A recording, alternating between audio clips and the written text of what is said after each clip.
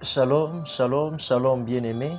Que la grâce et la paix du Seigneur se multiplient dans vos vies, de partout où vous me suivez, et que le Seigneur vous bénisse très abondamment. Je suis très heureux et très ravi de vous retrouver encore dans cette vidéo. Et je sais que vous êtes bien portant. Dans la grâce de Dieu, ça va aussi avec moi. Je bénis le Seigneur. C'est le prophète Allégresse Azarava pour ceux qui se demanderaient. Depuis Kinshasa, dans la République démocratique du Congo.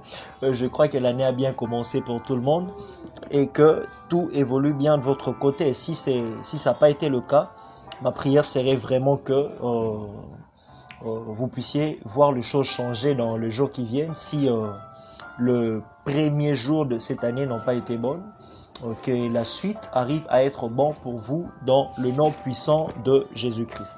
Je viens ces jours pour arriver à nous donner la perspective prophétique que le Saint-Esprit m'a donnée par rapport à cette nouvelle décennie dans laquelle nous nous retrouvons, 2020 à 2029.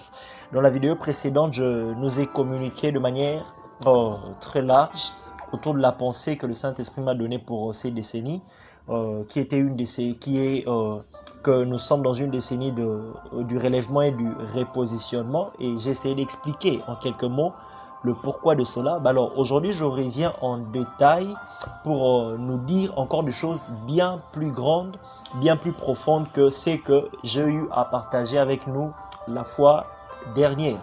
Alors on parlera un peu en profondeur. C'est déjà depuis un temps, alors que je préparais personnellement cette décennie, que le Saint-Esprit a partagé avec moi ces choses.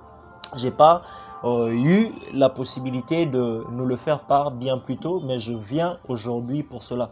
Je vous demande de me suivre vraiment avec votre attention, et alors que tu finirais de me suivre, c'est pris de partager ou d'inviter les autres aussi à pouvoir suivre cette vidéo, parce que cela est très capital, vraiment capital. Je commence d'abord par des choses que j'ai vues par rapport à ces décennies, des choses que j'ai vues pour ces décennies. Ce que j'ai vu, c'est cette chose que personnellement j'ai vue. J'ai pris le temps de noter cela alors que le Saint-Esprit me le faisait voir, m'en parler. Je vais devoir lire pour ne pas passer à côté. Et je nous apporterai quelques explications en 4 points autour de tout ce que j'ai eu à voir en perspective prophétique pour ces décennies dans laquelle nous sommes. D'abord, en premier lieu, je commencerai par dire que nous sommes dans une décennie de relèvement et de repositionnement. Et je l'ai dit depuis la dernière vidéo que dans ces décennies, le Saint-Esprit, le Seigneur va élever plusieurs de ses enfants, et on vivra des grandes choses dans des dimensions très élevées et dans plusieurs domaines. Vraiment, dans plusieurs domaines, on vivra des grandes choses et dans des dimensions très élevées. Attendons-nous à des grandes choses, attendons-nous à des très très grandes choses en cette décennie, vraiment à des très très grandes choses. En premier lieu, je voyais des grands bouleversements et des changements inattendus dans plusieurs nations dans le monde et dans plusieurs plans. Sur le plan politique, sur le plan économique, sur le plan social, sur le plan religieux, sur le plan militaire, sur le plan scientifique, je voyais j'ai bien parlé des grands changements. Je ne parle pas de petits changements, mais je parle des grands changements. Je voyais des grands changements, retenez bien, grands changements, mais aussi inattendus. Des changements et des bouleversements inattendus, dans des choses auxquelles on s'attendait le moins ou des choses auxquelles on ne s'attendait pas. En deuxième lieu, je voyais le système économique de plusieurs nations, dont en grande partie les grandes puissances. Les grandes puissances économiques, militaires, politiques dans le monde. Je voyais le système économique de plusieurs nations connaître des sérieux problèmes, des très sérieux problèmes dans ces décennies. Et plusieurs arrivaient à faire des grandes faillites. Donc arriver à parler d'une crise économique d'une autre échelle, qui touchera plusieurs nations. Mais dans cette période-là de crise, je voyais plusieurs de ces nations recourir à des voies de sortie dont ils n'ont jamais fait usage ou dont ils n'ont pas eu à faire usage en profondeur jusque-là. Donc ça serait soit de voies de sortie dont ils n'ont jamais fait usage, ou de voies de sortie dont ils s'en sont servis peut-être, mais ils s'en servent plus, ou dont ils s'en servent mais à faible niveau. Mais là maintenant ça deviendra de voies phares par lesquelles ils vont relever leur système économique. Comprenez très bien le langage que je suis en train d'utiliser. La troisième des choses que je voyais pour ces décennies, le long de ces décennies, je voyais la montée d'une jeune génération de leaders. La montée d'une jeune génération de leaders qui viendront avec un nouveau leadership dont pour la plupart, l'âge sera compris entre 20 et 40 ans. Entre 20 et 40 ans. Je reprends bien entre 20 et 40 ans.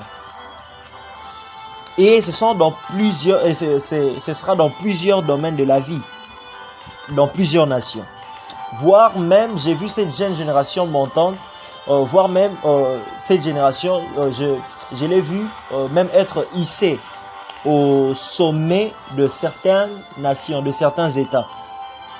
Au sommet de certains États. Donc, au sommet, c'est-à-dire à la présidence de certains États. Et cela sera aussi effectif en Afrique. C'est beaucoup plus aussi effectif en Afrique. La quatrième chose, je voyais de renversements politiques, des renversements politiques, mais beaucoup plus en Afrique. Beaucoup plus en Afrique où plusieurs partis politiques vont perdre leur position de leader. Leur position de leader, leur position où ils drainent de grandes masses leur notoriété pour laisser place à la promotion d'autres partis. Et dans ces mouvements de renversement politique, je voyais certains leaders populaires devenir impopulaires dans plusieurs nations, ou certains leaders impopulaires voir leur taux de popularité monter fortement dans cette période. Et aussi dans la décennie, je voyais des catastrophes naturelles à grande échelle, avec des intensités comme jamais auparavant. Des catastrophes naturelles à grande échelle avec des intensités comme jamais auparavant dans plusieurs pays dans le monde. Mais aussi d'un autre côté, je voyais des catastrophes naturelles, d'un autre côté, je voyais des accidents techniques causer des grandes catastrophes. La différence entre les deux, la catastrophe naturelle, c'est un élément de la nature qui cause du dégât. Comme un exemple, ça peut être une tempête, ça peut être une tornade qui cause de dégâts, ou ça peut être une inondation qui cause de dégâts. Mais les accidents techniques qui causent de grandes catastrophes, je pourrais prendre un exemple. Lorsque un pont arrive à s'effondrer, par exemple. Lorsque le pont s'effondre, c'est un accident technique. Mais ça cause un certain nombre de dégâts. Maintenant, les accidents techniques dont je parle, ça cause des très grands dégâts. Ça cause des grandes catastrophes. Je vis cela dans plusieurs pays, dans plusieurs nations. Et cela s'est répété. Mais je voyais cela beaucoup plus dans les premières années de la décennie. La décennie, c'est la période de 10 ans. Alors, dans les premières années de la décennie, beaucoup plus dans cette première année de la décennie 2020. Mais je voyais cela venir à répétition dans la première moitié de la première année de la décennie, c'est-à-dire dans les 6 premiers mois de l'année dans laquelle nous nous retrouvons. Et je voyais, la sixième chose, je voyais un fort mouvement de réveil sortir des deux coins du monde pour toucher les autres coins du monde. Un fort mouvement de réveil sortir de l'Afrique, un fort mouvement de réveil sortir de l'Afrique, mais aussi sortir des îles Caraïbes. Un fort mouvement de réveil sortir de l'Afrique, mais aussi des îles Caraïbes. Un très fort mouvement de réveil. Et je voyais l'Afrique avoir une position où le mouvement serait bien très fort, vraiment bien très fort. Ça touchera beaucoup de nations. Parlant des îles Caraïbes, je sais pas, je voyais beaucoup plus les choses tourner autour de l'Haïti, où l'Haïti arriverait aussi à connaître un puissant réveil et j'aurai un très grand rôle au niveau des îles qu'il y a autour de cette nation. La dernière chose, la 7e chose, je voyais la mort toucher un plus grand nombre et très facilement et dans une très grande échelle. La mort touchait un plus grand nombre très facilement et dans une très grande échelle. Dans les premières années de la décennie, la mort touchait surtout beaucoup plus dans cette première année 2020. La mort touchait un plus grand nombre et très facilement. Et c'est quelque chose que j'ai eu le temps de partager avec certaines personnes autour de moi depuis la fin de l'année passée, que j'ai même partagé avec mes fils leur demandant de s'élever, de prier. Et plusieurs hommes de Dieu aussi ont eu à comprendre, à voir cela et à insister afin que nous puissions être debout dans la prière. Et j'ai partagé cela, je le disais aussi avec mes fils sur WhatsApp pour leur demander de s'élever vraiment dans la prière. Un vent qui emporte plusieurs. Un vent qui emporte plusieurs. Vraiment plusieurs, un très grand nombre. Et dans la facilité. Le genre où vous vous attendez pas à ce que telle personne puisse partir, de sitôt il part, ou peut-être quelqu'un n'a pas connu un si grand problème que ça, il part, ou peut-être par un accident, quelqu'un s'en va.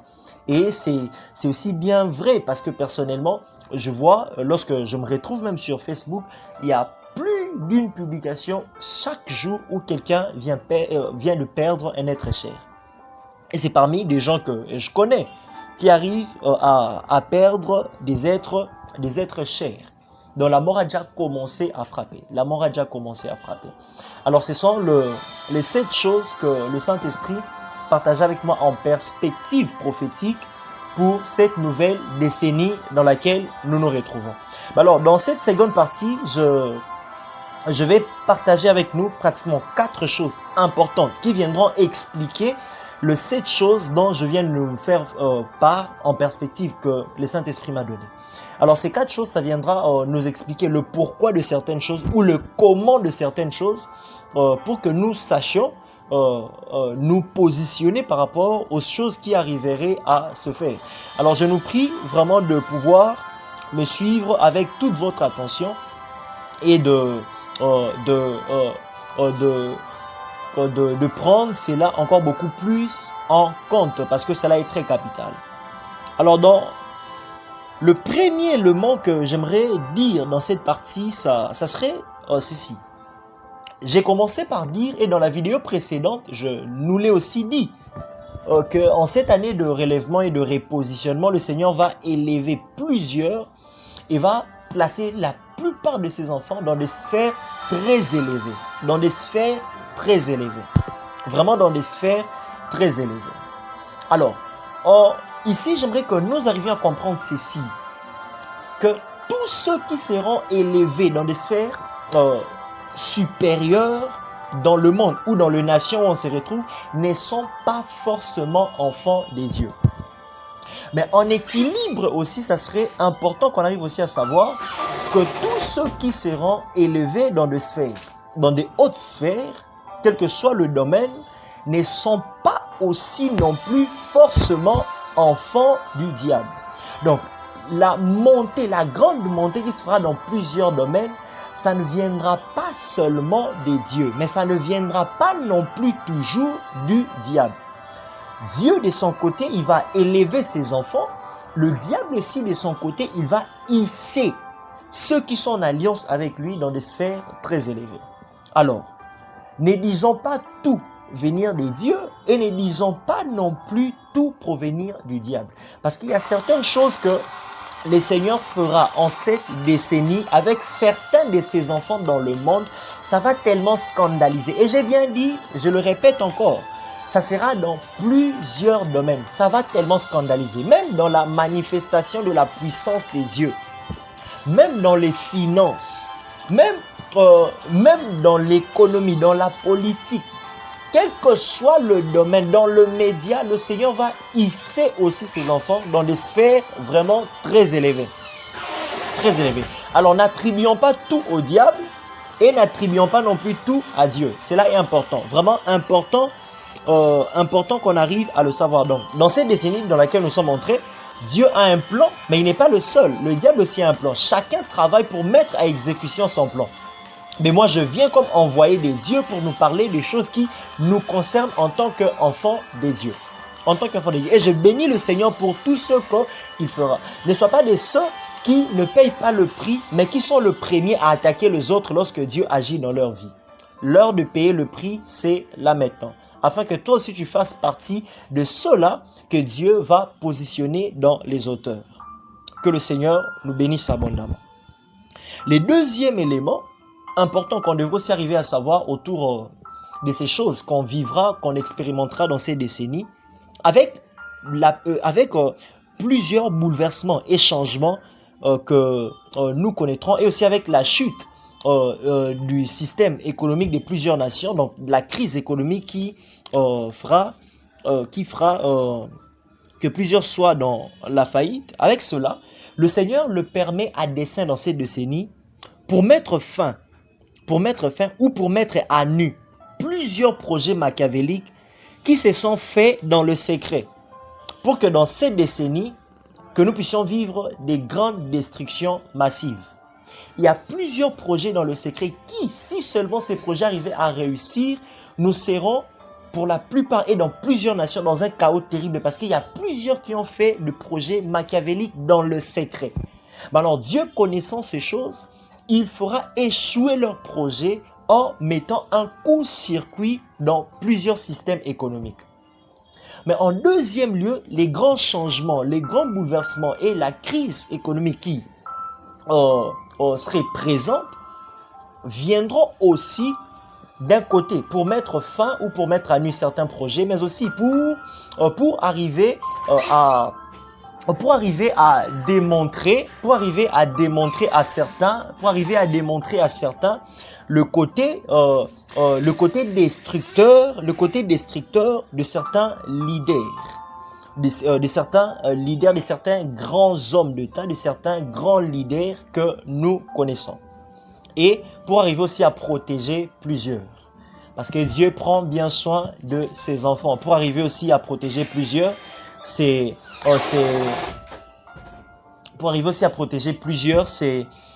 projets ne réussiront pas. C'est ainsi que Dieu va court-circuiter le système économique et créer certains bouleversements et certains grands changements que nous arriverons à vivre. Mais alors, une troisième chose qui est capitale, il faudra aussi arriver à le dire pour que nous arrivions à le comprendre.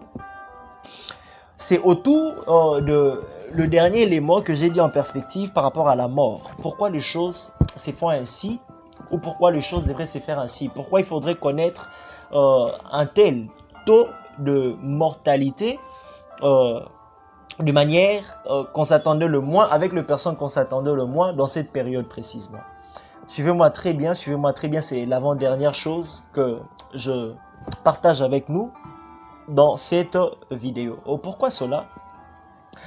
C'est important qu'on arrive à le savoir. Dans la vidéo précédente, je l'avais dit, que dans cette décennie, la spiritualité va faire tellement une très grande ascension, va tellement monter.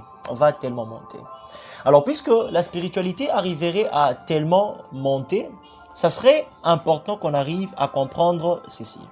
Nous sommes dans la décennie ou dans l'ère de la 4e révolution industrielle, où on connaîtra beaucoup de changements dans le monde physique. Le monde physique procède du monde spirituel. Donc, ce qu'on voit procède de ce qu'on ne voit pas. Ce qui est physique procède de ce qui est spirituel. Ce qui est visible procède de ce qui est invisible. Alors, pour que dans le physique, on arrive à vivre un tel exploit, il faudra que nécessairement dans les spirituels, que l'exploit aussi soit fait. Et c'est la décennie au cours de laquelle la spiritualité va tellement monter. Maintenant, pourquoi il faudrait que le mort intervienne en ces débuts de la décennie, en ces débuts de l'année? Retenons ceci. Le trône est affermi par l'autel. Pour que le trône soit fort, il faudrait qu'il y ait un autel invisible qui soit fort. Le trône, c'est le domaine du règne dans le monde visible. L'autel, c'est le domaine de l'invisible qui fait en sorte que dans le visible, que les hommes arrivent à régner. Donc pour que les hommes règnent dans le visible, il faudrait nécessairement qu'il y ait un autel dans l'invisible qui assure leur succès dans le visible. Et l'autel est gardé par un sacrificateur. Cela est entretenu par les sacrifices. Dans le sacrifice, dans le monde invisible, ça fait en sorte que l'autel soit entretenu. Et quand l'autel est entretenu, ça permet à ce que le trône soit fort. Donc, que les succès, le règne soit établi dans le monde visible. C'est un principe de l'esprit. Que ce soit ceux qui sont dans le monde de la lumière, notre monde avec le Seigneur, le royaume des cieux, ou dans le monde des ténèbres. Dans le royaume des ténèbres, c'est un principe qui est établi. C'est ainsi, vous comprendrez, pour nous qui sommes enfants des dieux, il y a aussi un autel. Nous avons aussi un sacrificateur et un sacrifice qui a déjà été offert.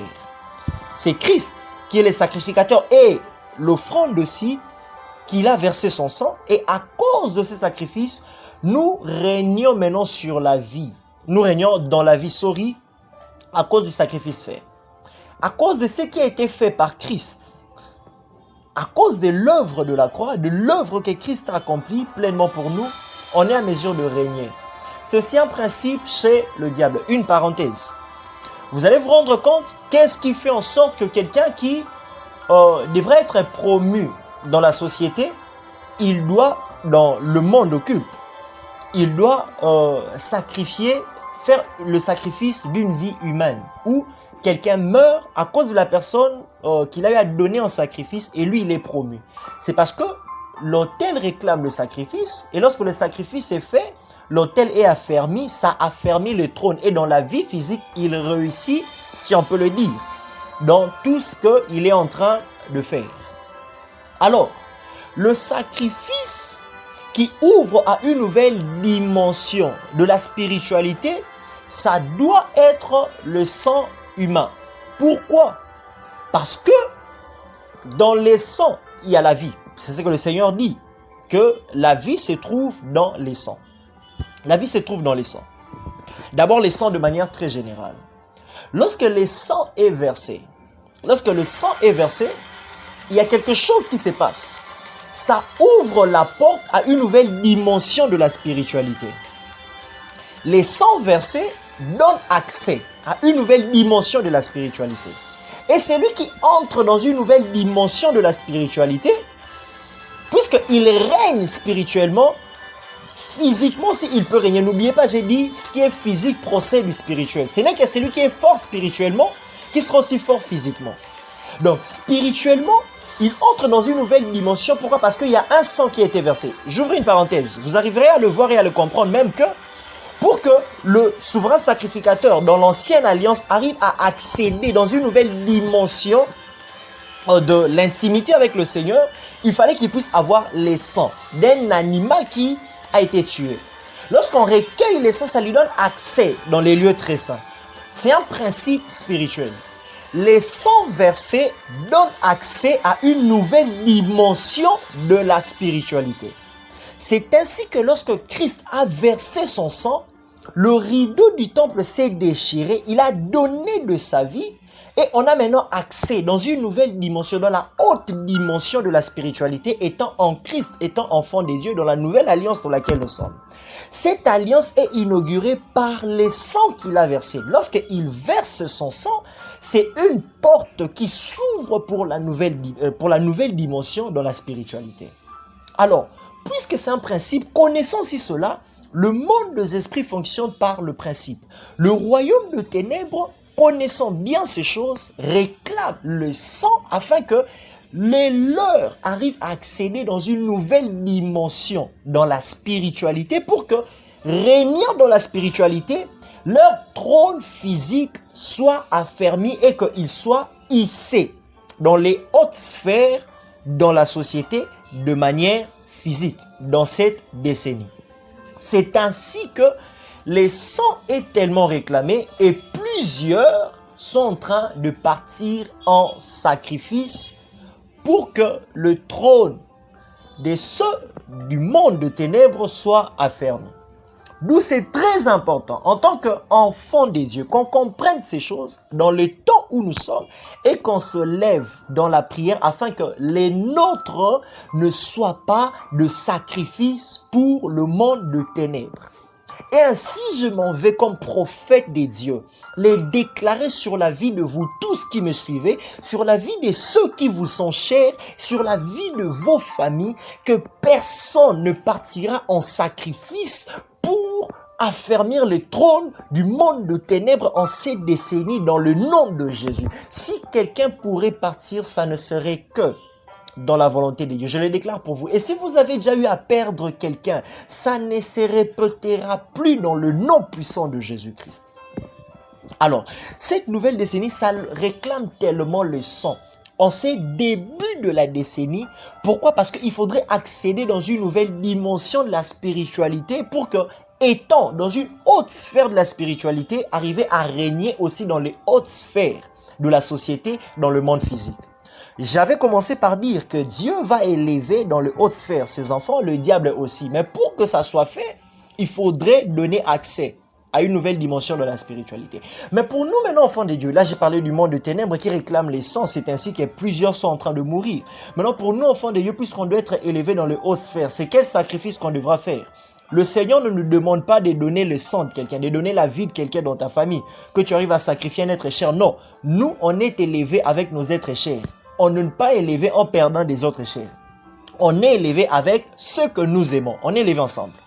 D'abord pour nous, de manière basique, de manière générale, je l'ai dit tantôt, que Christ a eu à payer déjà le prix de sa vie, de son sang. Il a déjà eu à payer le prix de sa vie et de son sang. Alors, puisqu'il a déjà payé le prix de sa vie et de son sang, qu'est-ce que nous avons à faire? C'est ce que j'ai dit dans la vidéo précédente. Personnellement, pour tout un chacun d'entre nous, nous avons quelque chose à faire. Le prix que nous payons, c'est ce que l'apôtre Paul dit dans Romains chapitre 12.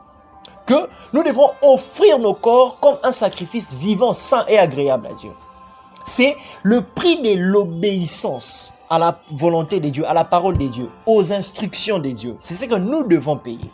Le prix de la consécration. C'est plus on arrive à se consacrer, que plus nous affermissons notre autel dans le monde invisible.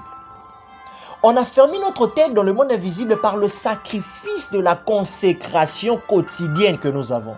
Et non par le sacrifice de la vie humaine. Parce que car la seule vie humaine qui a été sacrifiée pour nous, c'est Christ. Et cela maintenant nous exige une vie de consécration quotidienne. C'est par ces faits qu'on arrive,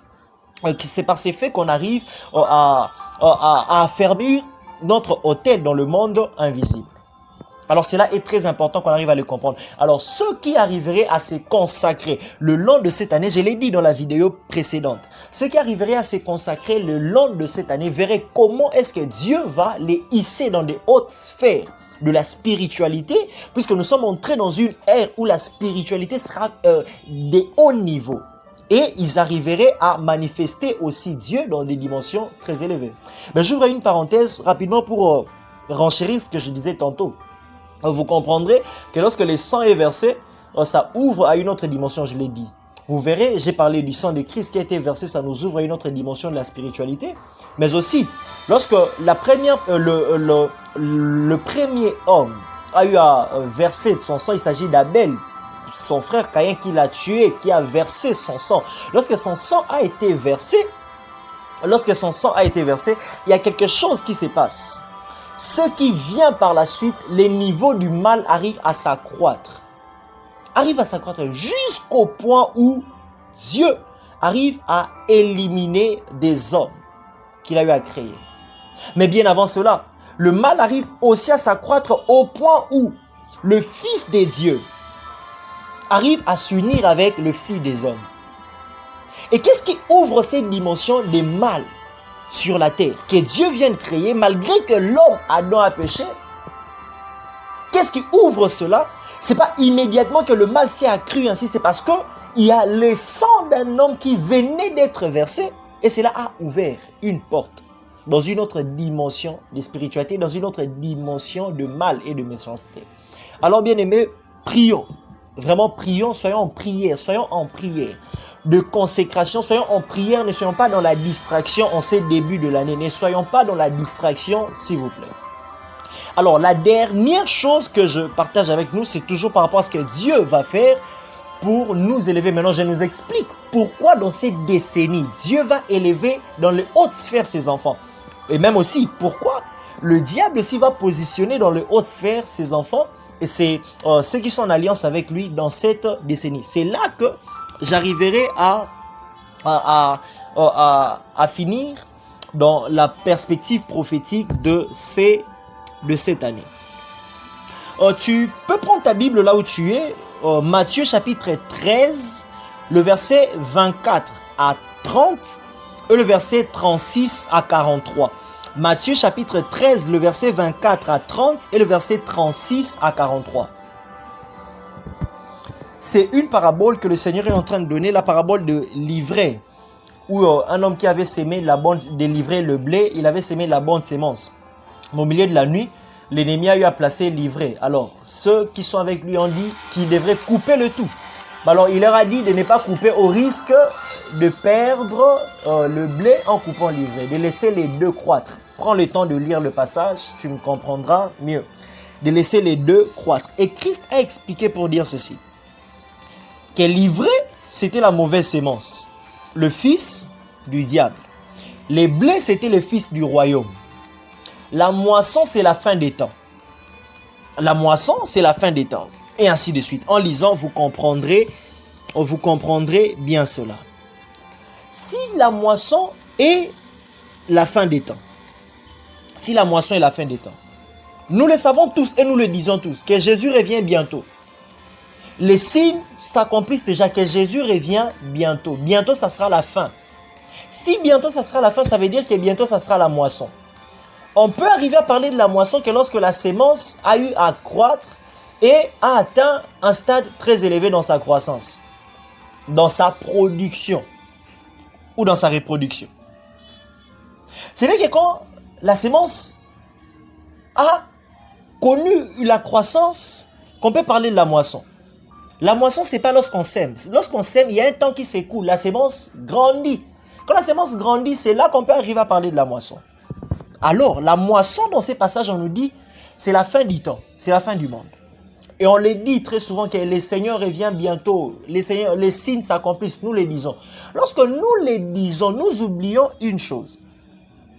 Que quand Jésus revient, c'est la moisson. Mais or, dans cette parabole, le Seigneur nous fait comprendre, lorsqu'on vient moissonner, on a eu à couper et les blés et l'ivraie. La moisson a été faite pour et le blé et l'ivraie. Cela revient nous faire comprendre ceci. S'il y a moisson, c'est qu'il y avait une sémence qui avait pris place pour les blés et l'ennemi a placé l'ivraie. Mais la sémence a grandi, a atteint sa dernière phase de croissance. Car ce n'est que dans la dernière phase de croissance qu'on peut arriver à moissonner. Si la sémence a atteint sa dernière phase de croissance, c'est-à-dire la sémence est passée par plusieurs étapes de croissance. Par plusieurs étapes. Et chacune de ces étapes rapprochait la sémence de la moisson. Et lorsqu'on arrive à la moisson, c'est que la sémence a atteint toutes les phases de sa croissance. C'est-à-dire, la sémence a atteint sa pleine croissance. C'est ainsi qu'on peut parler de la moisson. La sémence, il y en a deux, l'ivraie et les blés. Puisqu'on fait la moisson, c'est-à-dire les deux sémences ont grandi et ont atteint leur pleine phase de croissance. Ça nous montre déjà très clairement qu'avant que le Seigneur vienne, le monde devrait atteindre sa pleine phase de croissance. Il y a deux sémences dans le monde. La sémence des dieux, les enfants des dieux, et la sémence du diable, le fils du diable. Si Jésus revient bientôt, on verra cela par la qualité de croissance qu'il y a dans ceux qui sont de l'ennemi et dans ceux qui sont des dieux. C'est-à-dire, ceux qui sont des dieux vont croître au point qu'ils soient visibles. Parce qu'une sémence qui croît devient visible dans le monde. Et ceux de l'ennemi aussi vont croître au point de devenir visibles. C'est-à-dire, il y aura une telle visibilité pour les enfants des dieux dans une dimension très élevée. Et on aura aussi une telle pour le fils du diable dans une dimension très élevée. Donc, il y aura ceux qui sont des dieux qui seront élevés dans des hautes sphères parce qu'il faut atteindre la pleine phase de croissance avant qu'il y ait la moisson. La moisson, c'est la fin du temps. il y a deux sémences qui sont en jeu, la sémence des dieux et la sémence du diable. Nous sommes la sémence des dieux. Il n'y a pas que l'ivraie qui va croître avant le retour du Seigneur. Il y a aussi les blés. Et nous sommes les blés. C'est là que vous comprendrez. Plus on s'approche de la fin, plus aussi nous serons élevés. Plus on s'approche de la fin, plus on va atteindre des grandes dimensions. Prenons rapidement le deuxième passage et on va devoir s'arrêter. Éphésiens chapitre 5. Éphésiens chapitre 5, j'aimerais lire particulièrement ces passages. Éphésiens chapitre 5, permettez-moi de trouver dans ma Bible. Éphésiens chapitre 5, le verset 25 à 27. Le verset 25 à 27. Je lis avec la version Louis II, dans le nom du Seigneur. Éphésiens chapitre 25, le chapitre 5, le verset 25 à 27, excusez-moi. Mais Marie, aimez vos femmes comme Christ a aimé l'Église et s'est livré lui-même pour elle, afin de la sanctifier. Afin de la sanctifier, lisez dans vos Bibles, par la parole après l'avoir purifiée par le baptême d'eau. C'est le verset 27 que j'aime. C'est ça qui m'intéresse. Mable sakaberiante le degasia. Afin de faire paraître devant lui cette église glorieuse, sans tache, ni ride, ni rien de semblable, mais sainte et irrépréhensible. Afin de faire paraître devant lui cette église glorieuse, sans tache, ni ride, ni rien de semblable, mais sainte et irrépréhensible. Vous venez de lire avec moi. Et ces passages, j'aime tellement trop. J'aime tellement trop. J'aime tellement trop. Le Seigneur est tellement merveilleux. Le Seigneur est tellement merveilleux. Ma beraka shakate barede debo shabadai. Lia de garandere de debo shekata barada da basiata. Ledege bibaba baba korosi kiteria da da bosate baria hade gabadozi tamai. Lamidiliante leka sukui. Louchate, mabresai. En lisant ces passages, cela a libéré une autre atmosphère là où je suis. Je ne sais pas si tu as lu ces passages avec moi.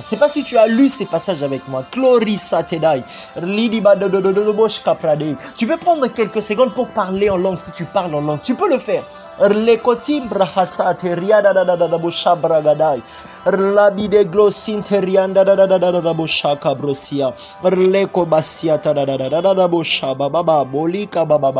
Le passage nous dit quelque chose de très clair. Avant que le Seigneur rencontre son épouse, l'Église. L'Église, c'est toi et moi. L'ensemble de tout le racheté, de tous les temps, dans tous les âges. Depuis la venue du Saint-Esprit et depuis ces temps jusqu'au retour du Seigneur. Avant que le Seigneur vienne prendre son Église, l'Église devra atteindre une certaine stature. L'église que Christ va venir chercher, ce serait une église qui sera glorieuse, sans tache, ni ride, sainte et irrépréhensible. Ce n'est pas une stature que l'église arriverait à revêtir en un claque. Mais l'église grandit dans cette stature jusqu'à atteindre la stature parfaite. Et ce sera l'enlèvement. Et si le Saint-Esprit nous a été donné, c'est pour préparer l'épouse à l'enlèvement. Le Saint-Esprit nous prépare à quoi? Il nous prépare à devenir de plus en plus glorieuse, sans tache, ni ride, et à devenir de plus en plus irrépréhensible, jusqu'à ce qu'on l'atteint pleinement alors que Christ revient. Alors que Christ revient. Alors, puisque le retour du Seigneur est proche, c'est-à-dire, on a grandi dans la stature que devrait avoir l'Église. Cette stature est que l'Église devra être glorieuse, sans tache, ni ride, irrépréhensible. Le Saint-Esprit travaille de plus en plus en nous pour que nous changeons et atteignions cette stature. C'est pour cela que le Saint-Esprit nous a été donné par le Père, au nom de Christ. Donc plus les temps avancent, plus on se rapproche de la fin, plus on devient de plus en plus glorieux. On devient de plus en plus glorieux. On devient de plus en plus glorieux. Jusqu'à aller atteindre cette stature parfaite. Ça j'aime. Par aussi à t'églader. Le terme glorieux utilisé ici, une église glorieuse, c'est le terme grec endoxos. Ondoxos veut dire ceci. Ce qui est tenu en grande estime. Ce qui est de haut renom. Des hauts noms, des hauts renoms. Ce qui est estimé. Ce qui est honorable. Illustre. Notable.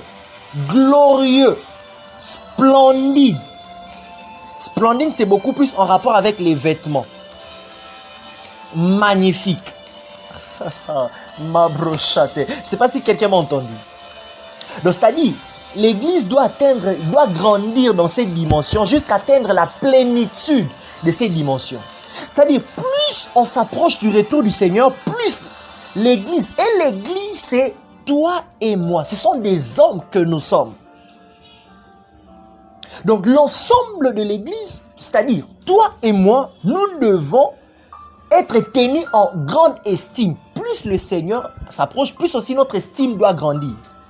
Plus le retour du Seigneur avance, on se rapproche de cela, plus aussi notre nom, notre renommée doit monter en hauteur. Plus le retour du Seigneur approche, plus on devient honorable.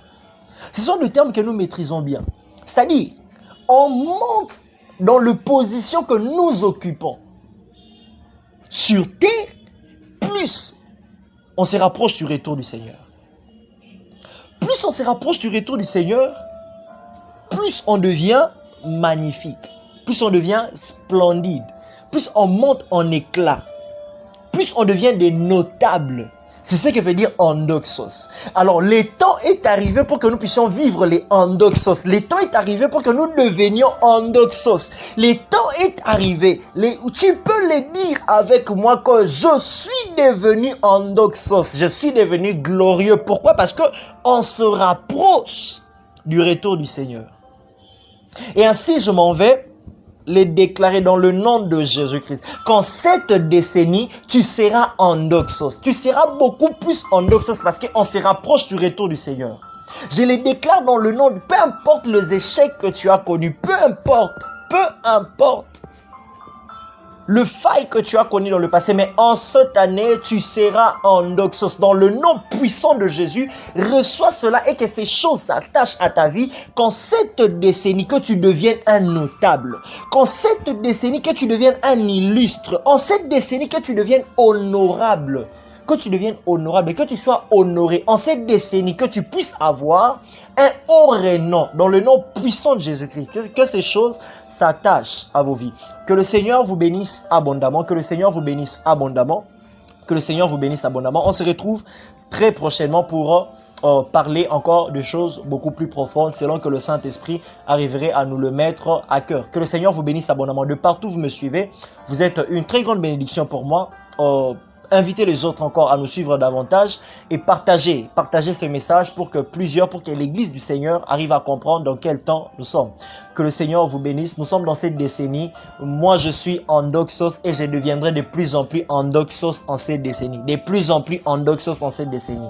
Alors, ne dis pas que ça sera l'occultisme, ne dis pas que ça sera le diable, parce que nous devons devenir endoxos en cette décennie. Laisse que ces choses s'attachent à vos vies dans le nom puissant de Jésus-Christ. Pour tous ceux qui veulent me joindre, pour tous ceux qui veulent me contacter, prenez le numéro et dans la description de la vidéo, vous aurez aussi le numéro. Le plus 243 89 55 95 921 plus 243 89 55 95 921. Que le Seigneur vous bénisse abondamment. Que le Seigneur vous bénisse abondamment. On se retrouve très prochainement. Je vous aime trop, je vous aime tous trop et je vous porte à cœur, je vous porte aussi dans mes prières. Que le Seigneur vous bénisse.